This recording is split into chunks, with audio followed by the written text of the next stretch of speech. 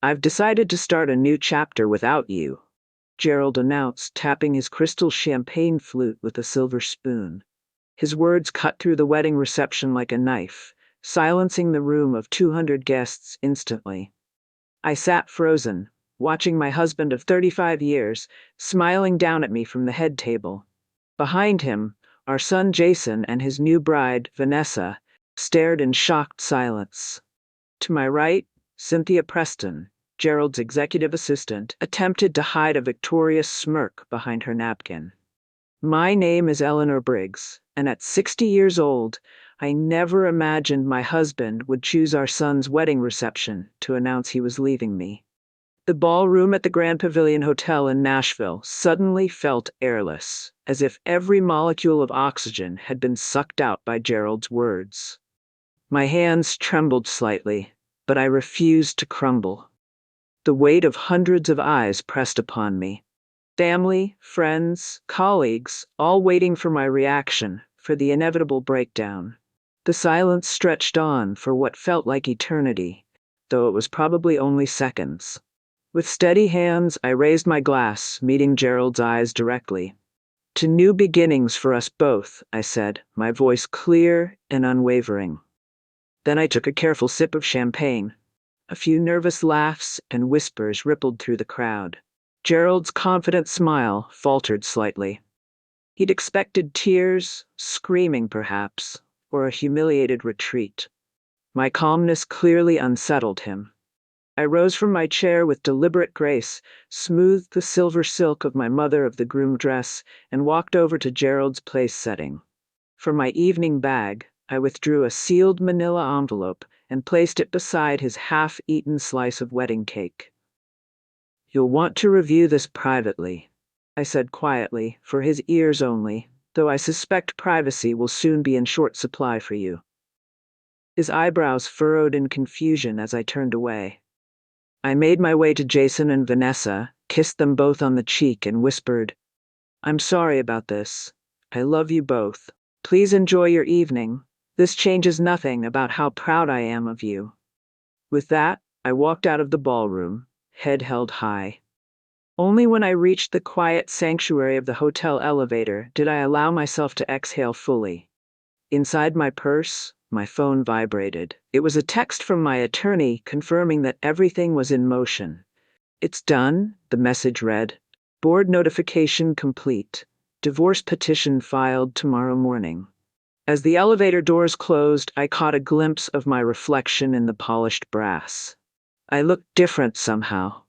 Older, perhaps, but also lighter, as if a burden I'd carried for years had finally been set down. I'd spent decades being Gerald Briggs's wife, the elegant, supportive partner who had transformed him from an ambitious middle manager into the CEO of Tarnwood and Vale, one of Tennessee's most prestigious investment firms. I had organized charity events, hosted dinner parties for clients, and cultivated the perfect image of corporate success, all while raising our 2 children and burying my own aspirations. In the beginning, we truly were partners. We'd met at university, he studying business while I pursued art history. We had dreams of building a life where both our careers would flourish, but one opportunity after another pulled us toward his path.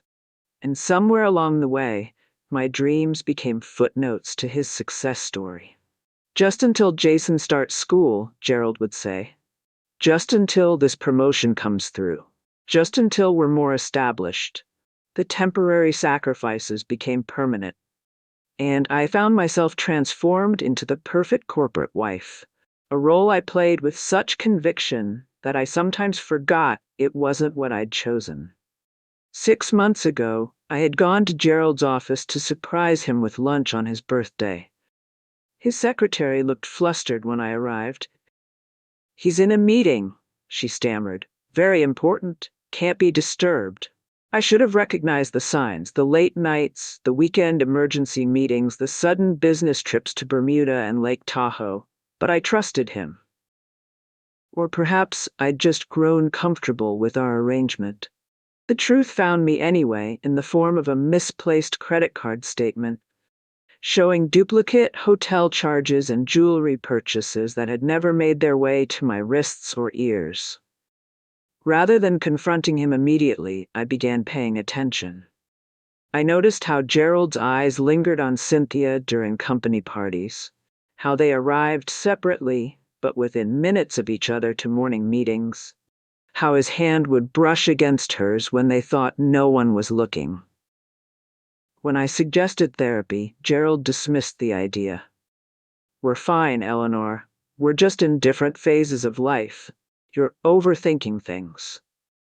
2 weeks before Jason's wedding, I found emails, explicit messages between Gerald and Cynthia discussing their future together after he'd finally broken free from his marriage. They had planned a life together, and according to their timeline, he would tell me after Jason's wedding. Apparently, Gerald had decided to expedite things. What Gerald didn't know was that I discovered far more than just their affair.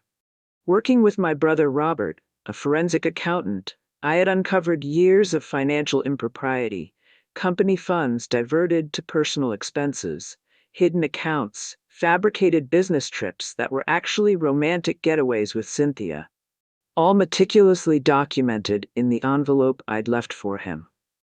"He did what?" My daughter Catherine's voice cracked over the phone. It was just past midnight, and I was in the hotel suite I'd booked separate from Gerald's, a decision that now seemed prescient rather than just practical for wedding preparations. Announced he was leaving me during the toast. My voice sounded strange to my own ears, oddly calm, almost clinical. "Mom, I'm coming over right now. Are you okay? Are you alone?" The panic in her voice made me realize how I must sound. "I'm fine, sweetheart. Really. Please don't leave Thomas and the babies. I'm not alone. Michelle is here with me." I glanced gratefully at my oldest friend who sat beside me on the sofa, pouring another glass of wine. Michelle had followed me out of the reception, suspecting something was wrong when I'd left. "Did you know about Dad and her?" Catherine asked hesitantly. "Yes." I took a deep breath. "For about 3 months now." "And you didn't say anything?" "Mom, why?" The question hung in the air. Why hadn't I confronted him immediately? Why had I continued playing the role of devoted wife? The answer was complex, tied to decades of identity built around being Mrs. Gerald Briggs, of putting family peace above personal dignity, of maintaining appearances. But there was another reason, one that Catherine would soon understand. "I needed time to prepare," I said finally. "There were complications I needed to address first." Michelle squeezed my hand. She was one of the few people who knew exactly what I'd been doing these past months: the meetings with attorneys, the careful documentation, the strategic planning. "Dad texted me," Catherine continued. "He said you'd done something terrible, that you've destroyed his career and reputation out of spite." He sounded desperate. A bitter laugh escaped me. I imagine he would see it that way. "What did you do?" I sighed. "I exposed the truth, Catherine. Nothing more or less. Your father has been embezzling from the company for years to fund his lifestyle with Cynthia. The evidence was irrefutable. So, I made sure it reached the right people." Silence filled the line before Catherine whispered, "Oh God. I'm sorry you're caught in this mess, darling. I truly wanted to spare you and Jason as much as possible." "Don't apologize, Mom. You're not the one who should be sorry." Her voice hardened. "I just can't believe he would announce it like that at Jason's wedding of all places. What a selfish, cruel thing to do." The sound of a baby crying came through the phone. "I have to go," Catherine said. "Henry's awake. But I'm coming to see you tomorrow, okay? No arguments." After we hung up, Michelle poured me another glass of wine. "To the liberation of Eleanor Briggs," she said, raising her glass. I clinked my glass against hers. "To reclaiming my life and my name," I replied. The day after tomorrow, I would file paperwork to resume using my maiden name, Reynolds. Eleanor Reynolds. It felt both foreign and familiar, like rediscovering an old piece of myself, long tucked away. The morning after the wedding brought unexpected clarity. I awoke to 32 missed calls from Gerald, from friends, from Jason, and most surprisingly from several board members at Tarnwood and Vale. My phone buzzed again as I was brushing my teeth. Gerald for the 33rd time. I silenced the call and texted Jason instead. I'm fine. So sorry about yesterday. Breakfast tomorrow? His response came quickly. Dad's freaking out. What was in that envelope? The truth, I replied simply. Tell him to call his attorney instead of me. I had barely set my phone down when the hotel room phone rang. The front desk informed me that Gerald was in the lobby demanding to come up. I'm afraid that won't be possible, I told the clerk. Please inform Mr. Briggs that any communication should go through our respective attorneys. Michelle emerged from the guest bedroom, looking sleep-rumpled but determined. What's the plan for today? I smiled, surprising myself with how genuine it felt. First breakfast. Then I'm meeting with my attorney at 11 a.m. to finalize the restraining order. After that, I'm viewing apartments. Restraining order? Michelle raised her eyebrows. A precaution. Gerald has a temper, especially when cornered. I didn't elaborate on the times I'd hidden bruises under long sleeves after particularly heated arguments, another secret I'd kept to maintain our perfect facade. We were halfway through breakfast when my phone rang again. This time it was Olivia Jenkins, the chairwoman of Tarnwood and Vale's board of directors. Eleanor, we need to talk, she said without preamble. The board has called an emergency meeting for this afternoon. The allegations against Gerald are, well, frankly, they're explosive. We're bringing in outside auditors, but what we've seen already is deeply concerning. I understand, I replied. Thank you for the update. There's something else, Olivia continued, her voice softening. I owe you an apology. There were rumors about Gerald and Cynthia Preston that reached board level. We should have investigated more thoroughly. A chill ran through me. How long have these rumors been circulating? Almost a year, she admitted, but Gerald assured us it was nothing. And we took him at his word. I'm truly sorry, Eleanor. A year. The timeline hit me like a physical blow. I thought back to the company Christmas party last December, how the conversation had awkwardly halted when I approached groups of executives, how wives I'd known for decades suddenly seemed unable to look me in the eye. They had all known, or at least suspected, while I remained oblivious. After the call ended, Michelle studied my face. Are you okay? No, I admitted, but I will be. Later that morning, as we prepared to leave for my attorney's office, my phone chimed with a text from a number I didn't recognize. You've made a terrible mistake. This isn't over. See Cynthia. I showed the message to Michelle, who frowned. You should show this to your attorney. It could be interpreted as a threat. I nodded, forwarding the message to my lawyer. As we stepped into the elevator, my phone rang again. This time, it was Catherine. Mom, I just saw Dad, she said, her voice shaking. He's saying crazy things, that you planted false evidence, that you've been planning to ruin him for years. He says he's going to contest everything. Of course he is, I replied calmly. Let him try. He said something else too, Catherine continued hesitantly. About someone named Victor Salazar? He claims you've been working with him to set Dad up. Who is that, Mom? The name landed like a thunderbolt.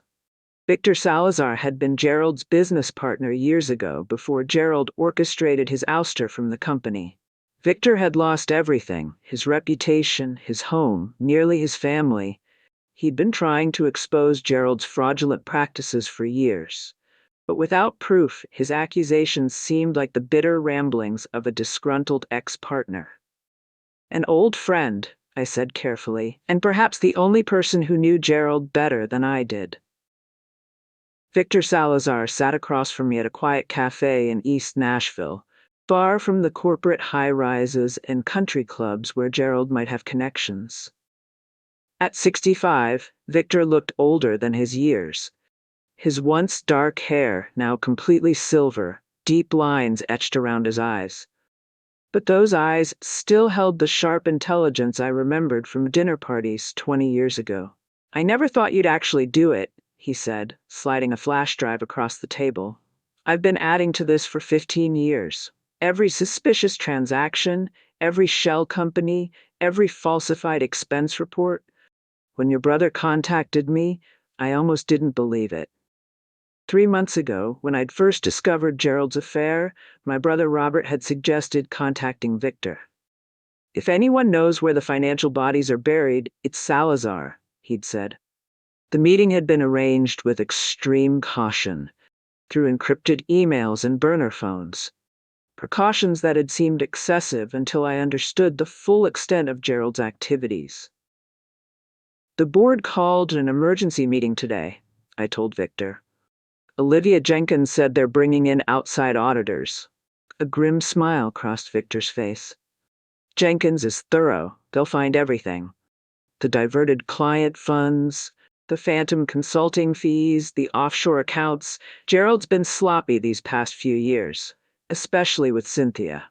He thought he was untouchable. And the evidence I submitted, is it enough?" Victor nodded.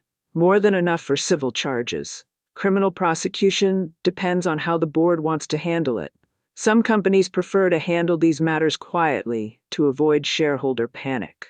I took a sip of my coffee, considering this. "What about you, Victor? After all this time, will you get any vindication? Watching Gerald fall is vindication enough." He leaned forward. "But you should know Gerald's already trying to discredit you. He's telling people you fabricated evidence, that you and I conspired against him out of revenge." "Let him try," I said with more confidence than I felt. "The numbers don't lie." As if summoned by our conversation, my phone lit up with a text from my attorney. "Gerald's lawyer requesting emergency meeting. Claims evidence was obtained illegally. Wants to negotiate before board concludes investigation." I showed Victor the message.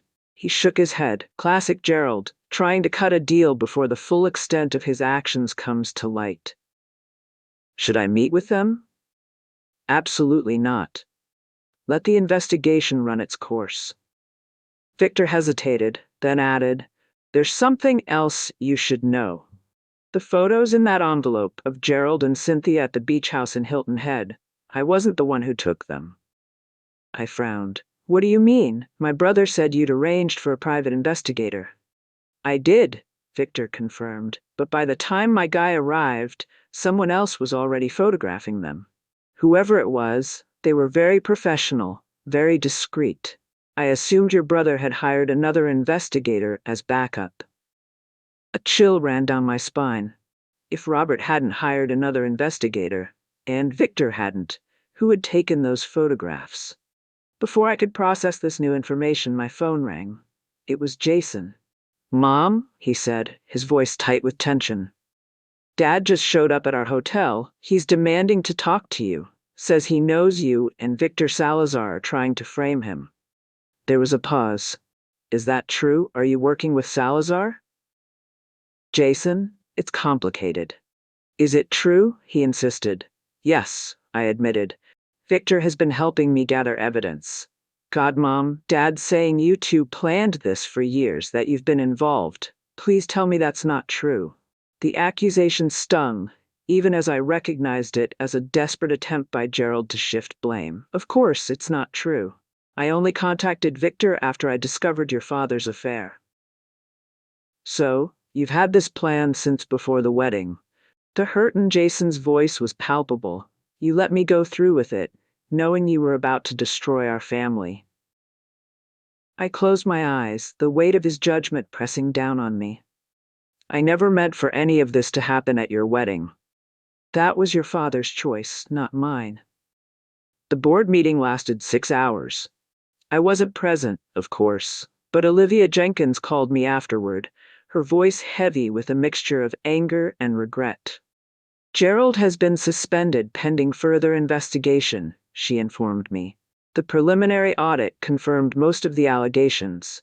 The board has voted to cooperate fully with authorities." "Thank you for letting me know," I said. "There's more." Olivia continued. We've frozen several accounts, including the joint personal accounts you share with Gerald. I'm sorry, Eleanor, but it's standard procedure in cases like this. My heart sank. I had anticipated this possibility and had already moved some funds to a separate account, but most of our assets remain tied up in joint accounts and investments. I understand, I replied, though the reality of my new financial situation was only beginning to sink in. For what it's worth, Olivia added softly, I've known Gerald for 20 years, and I never suspected this level of, well, betrayal doesn't seem adequate, both professionally and personally. After the call ended, I sat in my hotel room, staring at the wall. The past 48 hours felt surreal, as if I were watching someone else's life unravel. My lawyer had advised me to remain in Nashville until the initial legal proceedings were underway, but the hotel was becoming increasingly uncomfortable. Gerald had attempted to enter my room twice more, forcing management to post security in the hallway. A knock at the door startled me. Mom, it's Catherine. I opened the door to find not only Catherine but Jason as well, both looking exhausted and conflicted. We needed to see you, Catherine said, stepping inside, to hear your side directly. Jason followed, his expression guarded. Dad's saying some pretty wild things about you and Victor Salazar conspiring for years, about you setting him up. I gestured for them to sit. I imagine he is. Your father is desperate right now. So it's not true? Jason pressed. I only contacted Victor 3 months ago, after discovering your father's affair with Cynthia. Victor had evidence of financial misconduct that I didn't have access to. That's the extent of our conspiracy, I explained. Catherine leaned forward. Why didn't you just confront Dad when you found out about the affair? Why go through all this investigation? I considered how to explain the complex calculations I'd made in those first shocking days after discovering the affair. How I'd realized that a simple divorce would leave me financially vulnerable. How Gerald would likely use his position and connections to control the narrative and minimize any settlement. Because your father wouldn't have faced any real consequences, I said finally. He would have divorced me, married Cynthia, kept his job and most of our assets. I would have been left with whatever he deigned to give me. I paused, meeting their eyes.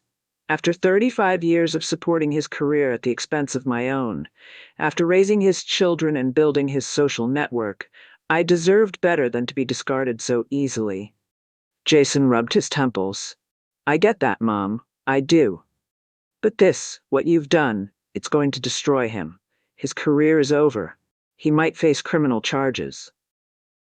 Those are the consequences of his actions, not mine, I replied firmly. I didn't create fake evidence. I simply exposed what he was actually doing. Catherine reached for my hand. The timing, though, during our wedding toast. That was cruel, Mom. That was your father's decision, not mine, I reminded them. My plan was to file for divorce quietly after you returned from your honeymoon. Gerald chose that moment to humiliate me publicly. I simply had my response ready.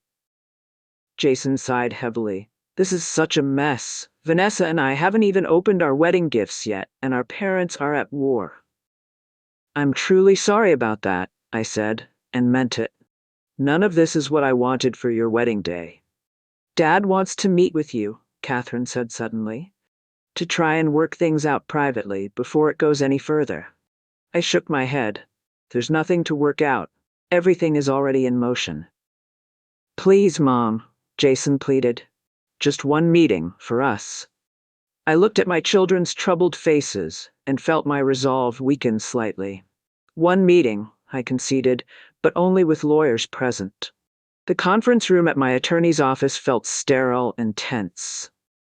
Gerald sat across the table, looking haggard, his usually impeccable appearance now rumpled, dark circles under his eyes. Beside him sat his lawyer, a sharp-featured man named Howard Blackwell, known for representing Nashville's elite in their most unsavory moments. Thank you for agreeing to meet, Eleanor, Gerald began, his voice lacking its usual confidence. "I think we can resolve this situation without further damage to our family." "I'm listening," I replied coolly. Blackwell cleared his throat. "My client is prepared to offer a generous settlement: the house in Nashville, half of all legitimate assets, and spousal support. In exchange, Mrs. Briggs would agree to withdraw the evidence she submitted to Tarnwood and Vale's board and sign an NDA regarding both the alleged financial improprieties and the personal indiscretions." My attorney, Diana Winters, scoffed audibly. "My client doesn't control the board's investigation, which is already well underway. The evidence has been submitted and verified by independent auditors. You can't put that genie back in the bottle." Gerald leaned forward, desperation evident in his voice. "Eleanor, please. 35 years of marriage. Doesn't that count for something? This vendetta with Victor Salazar has gone too far." "This isn't about Victor," I said quietly. "This is about you stealing from your company to finance your affair, Gerald. About you lying to me for years. About you choosing to humiliate me at our son's wedding." "I made a mistake with the timing," he admitted, not meeting my eyes. "I was wrong to do it that way." "A mistake?" I repeated incredulously. "You brought your mistress to our son's wedding, seated her at the family table, and publicly announced you were leaving me. That wasn't a mistake, Gerald. That was cruelty." Gerald's face hardened. "And what you've done isn't cruel. You've destroyed my career, my reputation." "No," I interrupted firmly. "You destroyed those things yourself. I simply exposed the truth." Blackwell intervened. "Perhaps we should focus on the settlement terms."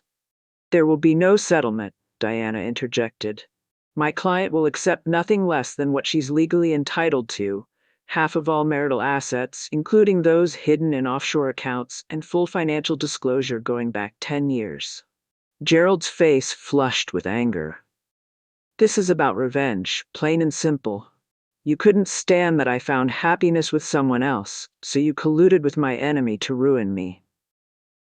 I stood up, suddenly weary of the conversation. "We're done here."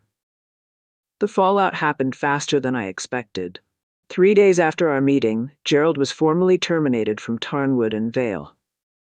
The press release cited financial irregularities and breach of fiduciary duty, corporate speak that barely hinted at the extent of his misconduct. By the end of the week, the FBI had opened an investigation into possible wire fraud and tax evasion. Our joint accounts remained frozen, and Gerald had been forced to move out of our Nashville home after the court granted my petition for exclusive use. I had rented a small apartment in downtown Nashville. Nothing fancy, but it was mine alone, the first space I'd chosen entirely for myself in decades.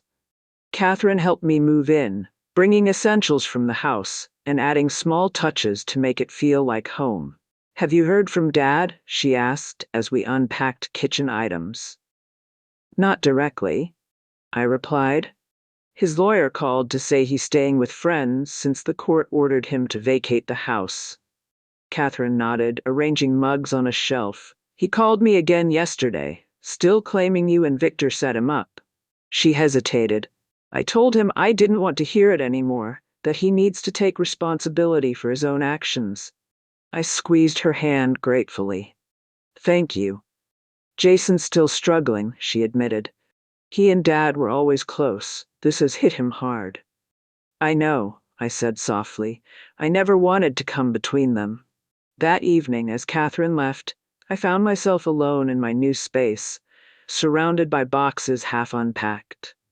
My phone pinged with a text from Michelle. "Dinner tomorrow. We should celebrate your new beginning." I smiled, typing back my acceptance. Then, almost on impulse, I opened my laptop and navigated to a travel website. After browsing for a few minutes, I made a decision and booked a ticket to Florence, Italy, departing in 3 weeks. I had always wanted to see the art I'd studied in my university days before life took me in a different direction. On the kitchen counter lay the paperwork for legally reclaiming my maiden name. Tomorrow, I would file it. Eleanor Reynolds would be reborn, not as Gerald Briggs's wife, but as herself. The headlines in the Nashville business press were restrained, but damning. Tarnwood and Vale CEO ousted amid financial scandal. Federal investigation launched into investment firm irregularities. Gerald's fall from grace was complete. His carefully crafted image of success and integrity shattered beyond repair. As I navigated life after Gerald, I found myself rediscovering passions long set aside. I enrolled in an art history course at the local university, joined a book club, and began volunteering at the City Art Museum. Each step felt both terrifying and exhilarating, a reclamation of the self I'd nearly forgotten. Looking back, I realized that the envelope I placed beside Gerald's plate at Jason's wedding had contained more than just evidence of his misdeeds. It held my declaration of independence, my refusal to remain a silent partner in my own diminishment. The path forward wouldn't be easy, but for the first time in decades, it was truly mine to choose.